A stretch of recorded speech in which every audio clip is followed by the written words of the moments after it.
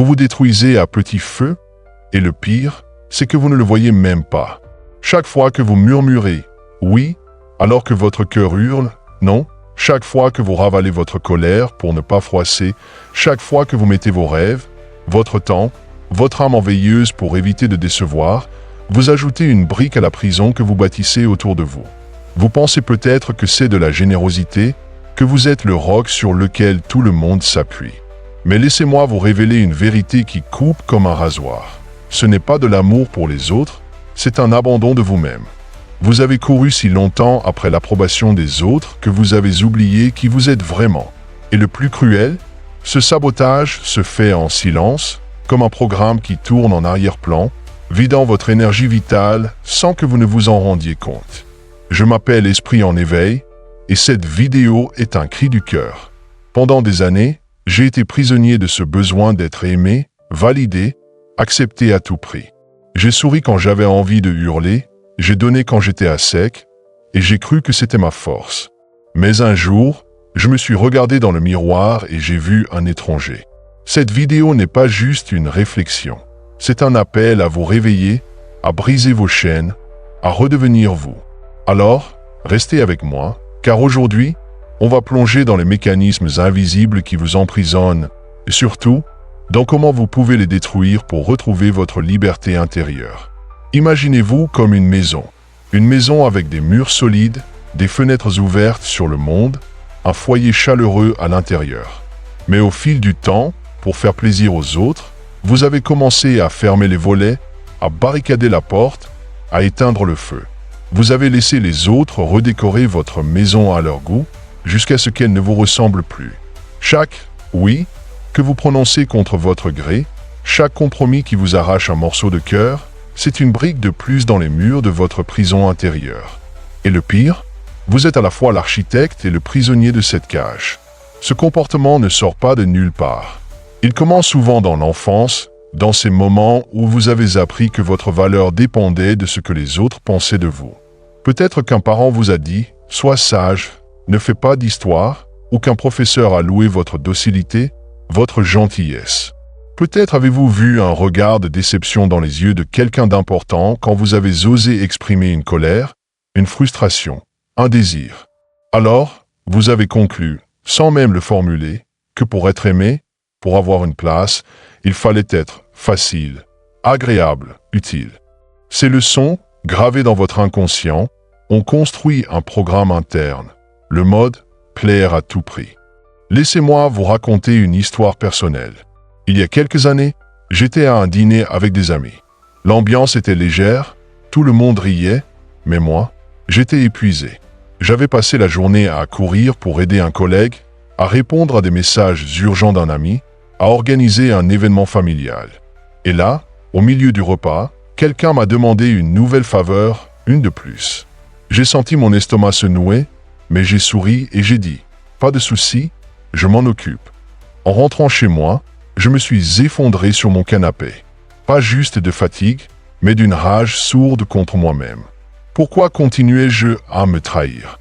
Pourquoi est-ce que je me sentais obligé de dire « oui » alors que tout en moi criait « non ».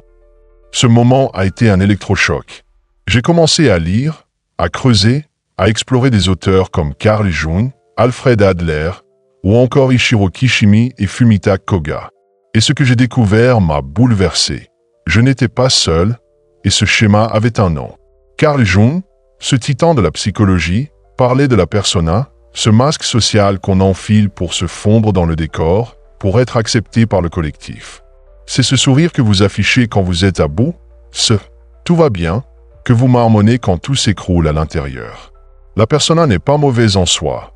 Elle nous aide à naviguer dans le monde, à interagir avec les autres. Mais le problème survient quand vous commencez à croire que ce masque, c'est vous. Quand vous vous identifiez tellement à ce rôle de gentil, de fiable, de toujours là, que vous perdez contact avec votre essence profonde. Vous devenez un acteur jouant un rôle qui ne vous correspond plus, et chaque représentation vous éloigne un peu plus de qui vous êtes vraiment. Et puis, il y a l'ombre, un autre concept clé de Jung. L'ombre, c'est cette partie de vous que vous avez reléguée dans les coulisses de votre psyché. Ce sont vos émotions brutes, inconfortables, celles que vous avez appris à cacher. La colère quand quelqu'un dépasse vos limites, la frustration quand vous donnez trop, le désir de dire « stop » et de réclamer votre espace. Vous refoulez ces émotions parce qu'elles ne cadrent pas avec l'image de la personne parfaite que vous voulez projeter. Mais l'ombre ne disparaît pas. Elle grandit dans l'obscurité, elle s'infiltre dans vos rêves, dans vos moments de fatigue, dans ce ressentiment qui monte quand vous vous sentez piégé.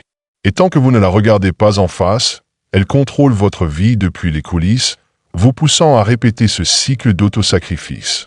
Pourquoi est-ce si dur de briser ce cycle? Parce qu'il est ancré dans une peur fondamentale, celle de ne pas appartenir. Alfred Adler, un autre pionnier de la psychologie, expliquait que les êtres humains sont mus par un besoin d'appartenance et de contribution sociale. C'est dans notre ADN. Mais quand ce besoin est déformé, il devient toxique.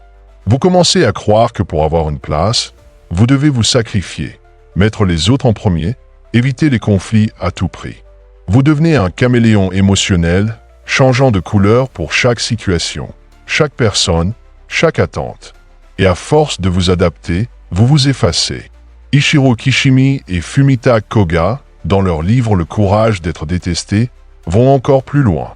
Ils nous mettent face à une vérité brutale. Chercher l'approbation des autres est une quête sans fin, une illusion.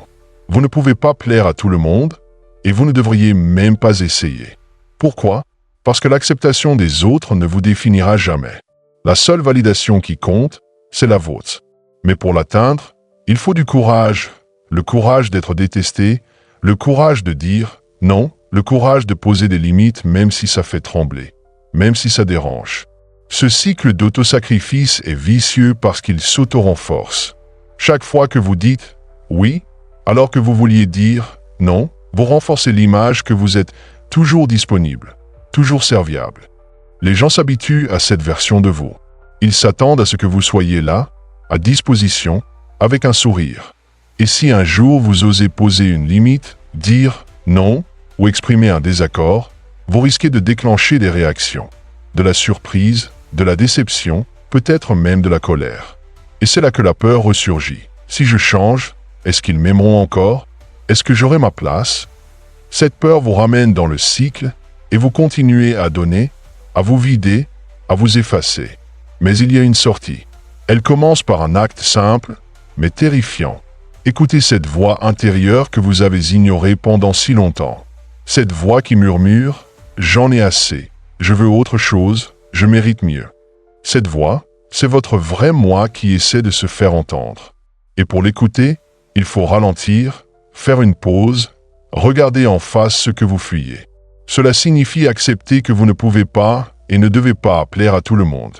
Cela signifie affronter l'inconfort de dire non, de poser des limites, de prioriser vos besoins. Laissez-moi vous donner un autre exemple personnel. Il y a un an, j'ai dû faire face à une situation où un proche me demandait constamment de l'aide pour des projets qui me vidaient.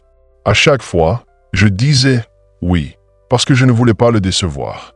Mais un jour, j'ai craqué. J'ai pris mon courage à deux mains et j'ai dit « Je ne peux pas cette fois, j'ai besoin de temps pour moi ». J'étais terrifié à l'idée de sa réaction. Et vous savez quoi? Il était surpris, un peu vexé même. Mais il a fini par comprendre. Et ce « non » m'a libéré.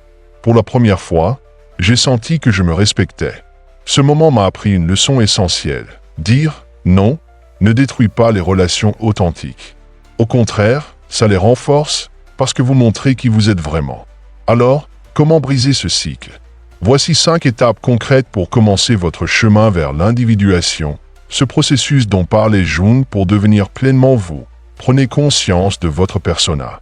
Passez une journée à observer vos comportements. Combien de fois dites-vous « oui » par réflexe? Combien de fois ajustez-vous vos mots pour éviter un conflit? Notez ces moments. La prise de conscience est le premier pas pour déconstruire le masque. Reconnectez-vous à votre ombre. Prenez un moment seul, avec un carnet. Écrivez ce que vous ressentez vraiment, votre colère, vos frustrations, vos désirs enfouis. Ne censurez rien. Ces émotions sont des messagers. Elles vous montrent où vous vous êtes trahi. Apprenez à dire « non » progressivement. Commencez par de petites limites. Par exemple, Si un collègue vous demande une faveur qui vous pèse, dites « Je vais y réfléchir et je te reviens ». Cela vous donne le temps de peser votre décision sans céder par réflexe. Redéfinissez votre valeur. Votre valeur ne vient pas de ce que les autres pensent de vous, mais de votre capacité à être fidèle à vous-même. Chaque jour, posez-vous la question « Qu'est-ce que je veux, moi, aujourd'hui ?» Et faites un petit pas dans cette direction, même si c'est inconfortable. Entourez-vous de relations authentiques.